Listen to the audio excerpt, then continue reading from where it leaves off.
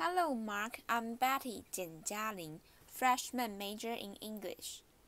My school number is S0641030.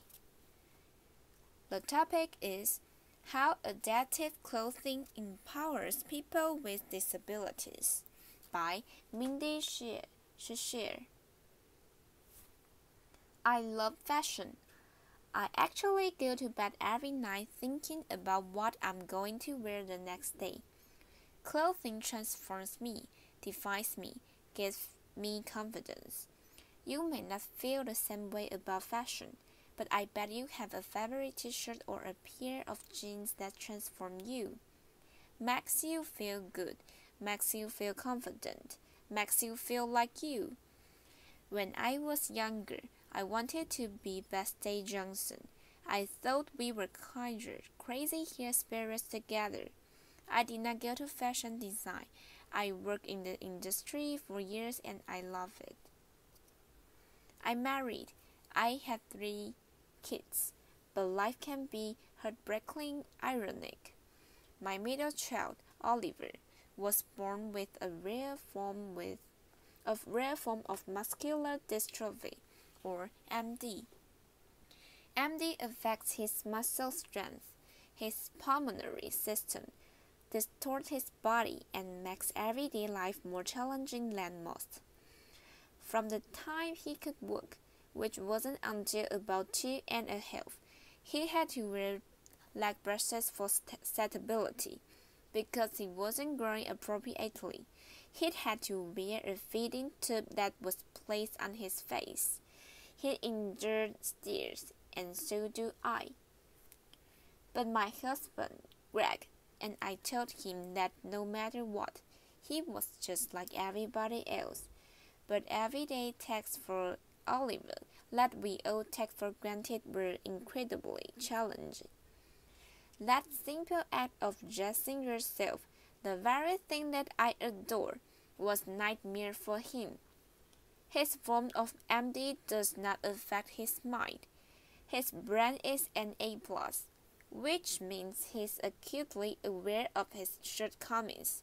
This became very evident when he started school, and that daily act of dressing yourself was a constant reminder of what he could and could not do. So our solution was for Oliver to wear sweatpants every day, to school, to parties, on vacations, his uniform.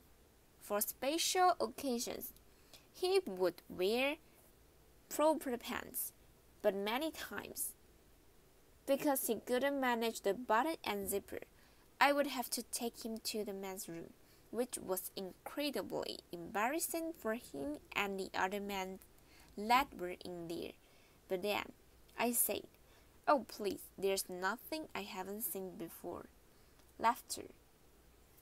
For years we muddled through, but when Oliver was in 3rd grade, I found out he was more like me than I ever imagined. Oliver, too, cared about fashion. He came home from school one day and said very definitely that he was going to wear jeans to school like everybody else gets to wear. Well, I certainly couldn't go to class with him and take him to the boys' room, but there was no way I was telling my 8-year-old that he couldn't wear what he wanted to wear. So that night, I made Gabriel get the heel out of his jeans. I remembered when I was pregnant and unwilling to stop wearing my own favorite pants, even though I was busting out of them. The rubber brand trick. You moms remember what I'm talking about?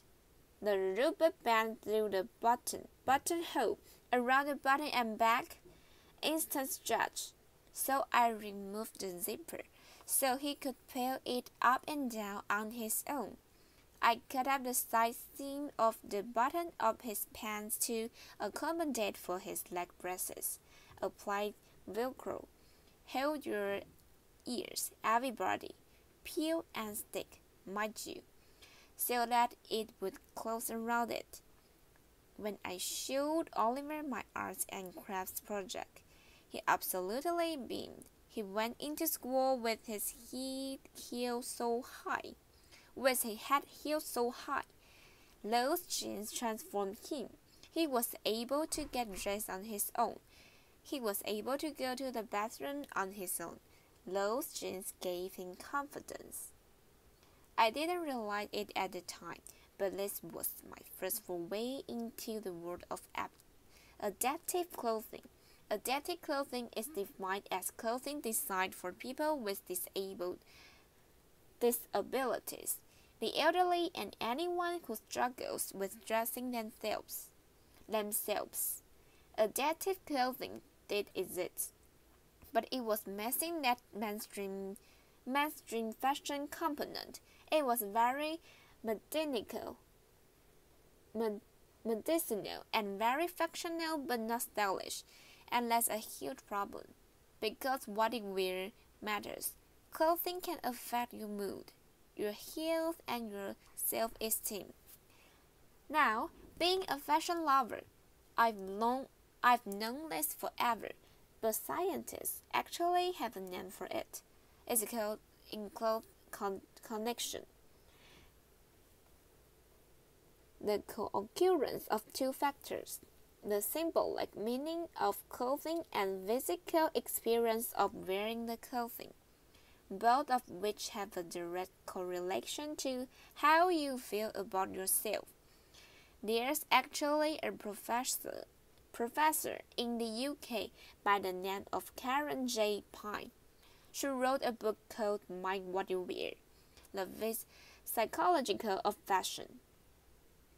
She stated in her book that when you put clothes on, you adapt the characteristics of what you're wearing, whether you realize it or not. That's why you feel like a rock star when you put on those perfect fitting jeans. That's why you feel invincible when you put on that power suit. And that's why you feel beautiful in that little black dress. But that's exactly why Oliver felt so isolated when he couldn't wear what he wanted to wear. He even said to me on one time, "Mom, wearing sweatpants every day makes me feel like I'm dressing disabled." There are 1 billion people on our planet that experience some type of disability. 1 billion. If 10% of that billion experience clothing challenges, that's an enormous amount of people that may not be as confident, as successful, or even as happy as they could be. The morning after Oliver left for school wearing those jeans, I realized that I could do something about that, and so I did. In 2013, I founded an organization called Runway of Dreams. The mission was to educate the fashion industry that modification could be made to mainstream clothing for this community that has never been served. And it began with an entire year of research. I went to schools, I went to facilities, I went to hospitals. I literally chased down people on the street who were in wheelchairs if they had walkers or even if they had a slight limp. Laughter. I know I must have looked insane, but I knew that if I was really going to make a difference, I had to truly understand the clothing challenge of as many different people as I possibly could. I met a young man who was 18, who was cerebral palsy. He was going to Harvard University. He said to me, "Can you imagine? I got myself into Harvard, but my dream is to be able to wear jeans on campus, like the other freshmen will wear." I met a little girl named Gina, who was missing her left forearm and her hand. Her mother told me she could not bear to see her daughter's difference magnified by a darling sleeve. So he had every single long-sleeve shirt professionally tailored. Can you imagine time and money she spent? I also had the great privilege of spending time with Eric Legend, former Rutger football player who was paralyzed during a tackle in 2010. I had, at this point, seen some unfathomable things, but this by far was the most heart-stopping. You see, Eric is a really big guy, and it took 2 idiots and a lifting machine to get him dressed. I sat and watched his process for over 2 hours, and I expressed my shock to Eric. He looked at me and said, "Mindy, this is every single day. What can I say? I like to look sharp." Research style. I knew that if I was going to make a change in the industry, I had to use my background and really figure out how to make these clothes modified. So I took the information I gathered over that past year, and I figured out that there were actually 3 categories that we were affected across the board. The first was closures, buttons, snaps, zippers. Hook and eyes was a challenge for almost everybody. So I replaced them with a more manageable technology. Magnet made our Harvard freshman able to wear jeans on campus because he could dress himself. Second, adjustability. Pant length, sleeve length, waistband were a challenge for so many different shaped bodies. So I added elastic and internal hemming system. This way, Jeanette could wear a shirt right off the rack and just adjust one sleeve. Last, alternative ways to get the clothing on and off the body, outside the traditional way of over your head. So I designed a way to go in arms first. This, for somebody like Eric, could actually take 5 steps of his dressing process and give him back the gift of time. So I went out. I bought clothing right off the rack. I sat at my kitchen table, ripped them apart, did prototype after prototype, until I felt I had great modifications. And then I was ready for the big leagues, the fashion industry, rather than designing my own collection. I knew if I was really going to make a difference, I had to go mainstream.